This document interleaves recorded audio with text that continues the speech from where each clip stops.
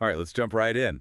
Sounds good. Today's deep dive is taking us back to the arcades Oh, yeah, back to those flashing lights. and that classic 8-bit music. You know it. We're talking about Data East. Data East. You might know them from games like Burger Time Classic. or Karate Champ. Oh, the memories. But Data East wasn't just about those arcade cabinets that gobbled up our quarters. Right, they did a lot more than just games. Exactly. They also made pinball machines, fax machines. These fax machines? Yeah, even medical equipment. Wow, what a range. I know, right?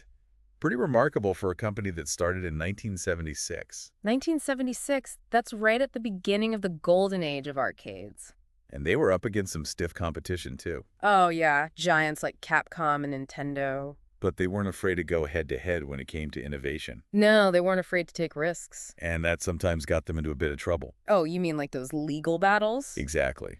Like the Yeah. one with Technis Japan. Oh, yeah, that one got messy. What exactly happened there?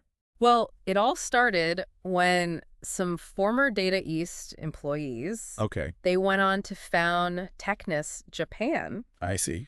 and Data East accused them of basically stealing data, Stealing data? yeah, to create bootleg copies of their game Pro Tennis. Wow, that's bold. It is, and it all ended up in court. I bet. And it's kind of ironic because eventually, Eventually. yeah, Data East ended up publishing some of Technis Japan's most popular games. Talk about a tangled web. It is, isn't it? So Data East, they were scrappy, innovative, Definitely. and not afraid of a legal tussle. That's for sure. But they also had some serious success stories, Oh, yeah, they had some big hits. like Karate Champ. That's the one that comes to mind. It basically invented the fighting game genre as we know it today. It's amazing how influential that game was. It really is. And it shows how Data East had a knack for creating games that were both fun Right. and unique. They really did. Remember Burger Time? Oh, man. Burger Time.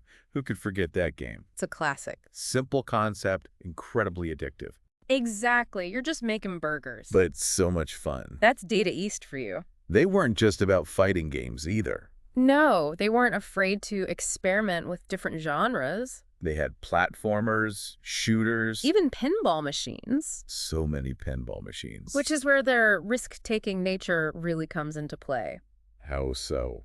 Well, remember that Deco cassette system they released in 1980? Vaguely. Remind me. It was the first system that let arcade owners swap out games using cassette tapes. Cassette tapes for arcade games. Yep.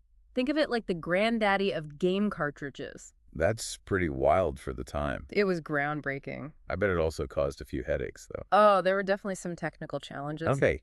It was a bold move. Absolutely, and it gave them a competitive edge. Shows how they were willing to push boundaries, And try new things. even if it meant encountering a few bumps along the way. That's the Data East spirit. So they were pushing boundaries with technology, Yes. but they were also pushing boundaries with their games themselves. In what way? They weren't afraid to be a little weird, Oh, I know what you mean. a little over the top. And you know what? I think that's part of what made them so memorable. I agree. Those games had character, they had personality. They had that Data East flair. Exactly. I've Whether it been- was the quirky characters in Burger Time, Or the over-the-top action in Bad Dudes. their games had this sense of humor. And a sense of fun. That was infectious. Totally infectious. And they weren't afraid to use licensed properties either. Oh, right. Like those Data East pinball machines? I remember playing those as a kid. Based on Back to the Future, Teenage Mutant Ninja Turtles. Those were the days. They jumped into the pinball market in the late 80s. Didn't hold back either. No, they went big. But those licenses weren't cheap. No, they weren't. And that might have contributed to some of their later financial struggles. It's possible. So it sounds like their ambition and their willingness to take risks Yeah. might have also been their Achilles heel. It's a classic tale, you know? A company that reaches incredible heights, Right. but ultimately can't sustain that momentum. It makes you wonder, What's that? if they had played it a little safer, Yeah, would they still be around today? it's a tough question. It is. But speaking of taking risks, Oh, here we go. one of the biggest gambles Data East took was going head-to-head with Capcom. Oh, yeah, that whole Fighter's History saga. That was pretty intense. It was. So Data East releases Fighter's History in 1993, 1993, the height of the fighting game craze. and Capcom immediately cries foul, They were not happy. claiming that Fighter's History was a blatant ripoff of their mega hit, Street Fighter II. Street Fighter II, the king of fighting games at the time. And looking back, those games are pretty similar. They were. There's no denying that. But here's where Data East's legal savvy comes into play. Oh, this is where it gets interesting. You see, they had lost an earlier lawsuit against Apex. Oh, we're Karate Champ. Right. That's right. And they basically used that same logic against Capcom. So they turned the tables on them. Exactly. They argue that Karate Champ was actually the first fighting game, Interesting. and that Capcom couldn't copyright basic fighting game mechanics. So what happened? The court actually ruled in favor of Data East. No way. It's true. It was a landmark case. It must have set a precedent for future video game copyright cases. It did. Data East kind of accidentally saved the fighting game genre from being bogged down by copyright claims. That's a pretty significant legacy. It really is, even if it wasn't their intention. So they won that battle. They did. But as we'll see, that legal victory couldn't save them from the financial troubles brewing on the horizon. Okay, this is already shaping up to be a wild ride. Buckle up. It's going to be a bumpy one. They had big wins, they had big risks, even bigger legal battles. But we've only scratched the surface. So let's dig a little deeper. Let's do it. What about their games themselves? What about them? What were some of the hallmarks of a Data East game? What made them stand out from the crowd? Well, you hit the nail on the head earlier when you talked about how Data East wasn't afraid to experiment. That's true. They really pushed the envelope. And you can see that experimental spirit in all of their games. So to sum up what we've talked about so far, Data East was this company that wasn't afraid to push boundaries. Right. They were innovative and they took risks. Whether it was with technology. Like the Deco cassette system. Exactly. Or with legal strategy. Turning the tables on Capcom. Or even just with the sheer weirdness of their games. Oh yeah, their games definitely had a unique flavor. So let's talk about those games in more detail. All right, let's dive in. What was it about Data East games that made them so unique? What was that special something that set them apart? Well, one thing that really stands out to me is their sense of humor. Their sense of humor. Yeah, they weren't afraid to be silly. Oh, I know what you mean. Even a bit over the top at times. Give me an example. Think about Bad Dudes vs. Dragon Ninja. Oh, man, Bad Dudes. You're rescuing the president from ninjas. That game was pure arcade gold. It's such a ridiculous premise, right? Utterly ridiculous. And it's delivered with this straight-faced seriousness Yeah. that makes it even funnier. Are you a bad enough dude to rescue the president? Classic. But beyond just the humor, Data East games also had this knack for creating truly addictive gameplay. Absolutely. Like Burger Time, for example. Burger Time's such a simple concept. You're right? literally just making burgers. But it's so well executed. I know, right? The controls are tight. The level design is clever. It's just incredibly satisfying to play. One of those games that's easy to pick up, but hard to master. Totally agree. And speaking of mastering games, we have to talk about Karate Champ. Oh yeah, Karate Champ was a game changer. It wasn't just a fun game. It was a revolutionary game. It laid the groundwork for the entire fighting game genre. Think about it. Two-player versus mode. A scoring system based on realistic martial arts moves. It was groundbreaking for its time. And what's even more amazing is that Karate Champ is still fun to play today. It really is. It has that timeless quality. So many games from that era just haven't aged as well. Data East was on another level with that one. No doubt. But it wasn't just fighting games and platformers. They also had shooters. Oh yeah, like Heavy Barrel. Heavy Barrel, that's the one with the weapon switching mechanic, right? Yeah, it was pretty innovative for its time. Another example of Data East pushing the boundaries of game design. They were always experimenting, trying new things, seeing what worked. And sometimes those experiments led to truly groundbreaking results. They weren't afraid to fail. It's almost like they had this go big or go home mentality.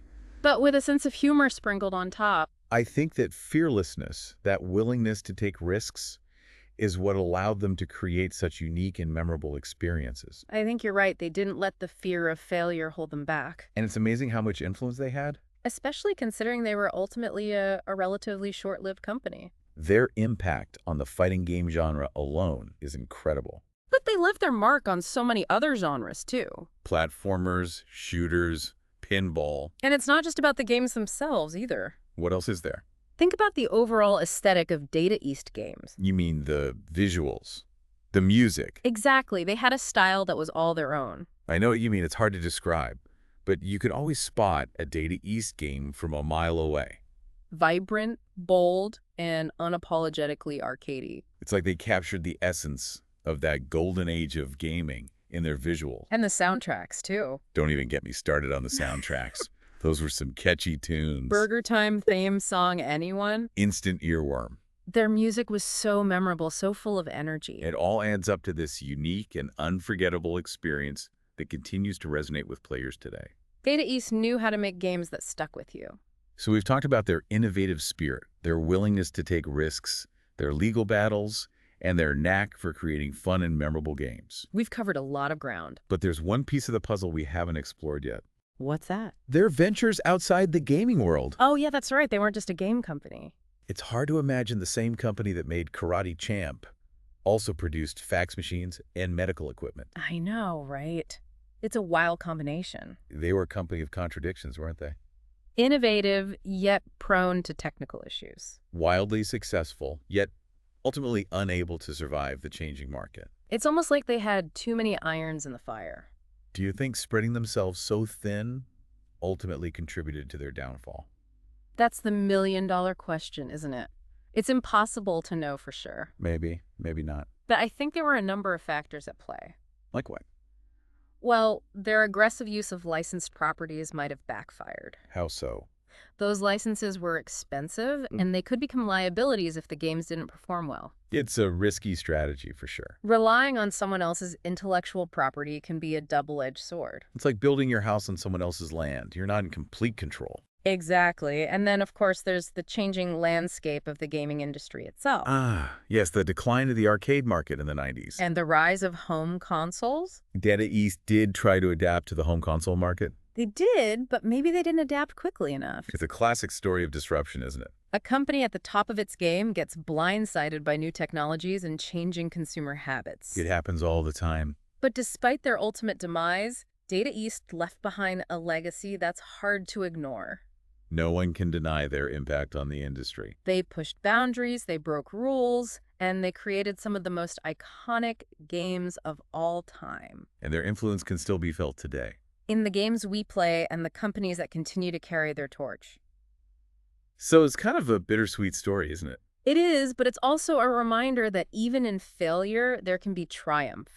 So if Data East had managed to weather those storms, If they had found a way to adapt and survive, where do you think they'd be in today's gaming landscape? that's a great question.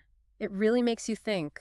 Would they have embraced mobile gaming? Maybe become a powerhouse in the indie scene? Or would they have stuck to their roots? Sticking to those quirky arcade experiences. Who knows? It's fun to imagine the possibilities. It is, isn't it? But knowing their history, I have a feeling they would have found a way to stay relevant. Oh, absolutely. They were never afraid to adapt, to evolve, to try new things. Maybe they would have been the ones to launch the next big metaverse. Or maybe they would have gone back to their roots, focusing on those innovative arcade experiences. Bringing that classic arcade feel to a new generation of gamers. I like that idea. Whatever path they chose, I think they would stay true to their core values. Innovation, creativity. And that healthy dose of irreverence. That's what made them so special. It's what I find so inspiring about their story. Inspiring. Yeah, they weren't perfect. They made mistakes. Well, we all do. But they always stayed true to themselves. And in the end, they left behind a legacy that continues to influence the gaming world. It's true, you can't deny their impact. So as we wrap up this deep dive into Data East, What do you think is the most important lesson we can learn from their rise and fall? that's a tough one. There are so many lessons to be learned. Pick one. Anyone. All right, if I had to choose just one, Yeah. I'd say it's this. Never be afraid to embrace your inner weirdness. Inner weirdness. Yeah, don't try to fit into a mold or follow the crowd. Be yourself. Exactly. Data East's willingness to be different, to take those risks, to inject their games with that sense of humor, That's what made them stand out. it's what made them memorable. And it's what ultimately led to their lasting impact on the gaming industry. It's a great reminder that sometimes the best way to stand out is to simply be yourself. Couldn't agree more. And never underestimate the power of a good laugh. A good laugh can go a long way. Data East proved that games can be both entertaining and thought-provoking. And that sometimes the silliest ideas can be the most revolutionary. Absolutely. So, as we say goodbye to Data East, Farewell, Data East. let's remember their spirit of innovation, their love of quirky fun. And their dedication to creating those memorable gaming experiences. And who knows, maybe somewhere out there, in some dusty arcade, Or on some forgotten console, A Data East game is waiting to be rediscovered. waiting to be enjoyed by a whole new generation of players. It's a nice thought. And maybe, just maybe, Maybe. their story will inspire a new wave of game developers To embrace their own unique visions. to create the next generation of groundbreaking, genre-defining games. Now that's a thought that gives me hope. Thanks for joining us on this deep dive into the wild world of Data East. It's been a pleasure talking about such an interesting company. It's been a journey full of twists and turns. And lots of quarters. So many quarters. Until next time, keep on gaming. And keep on diving deep. Diving deep.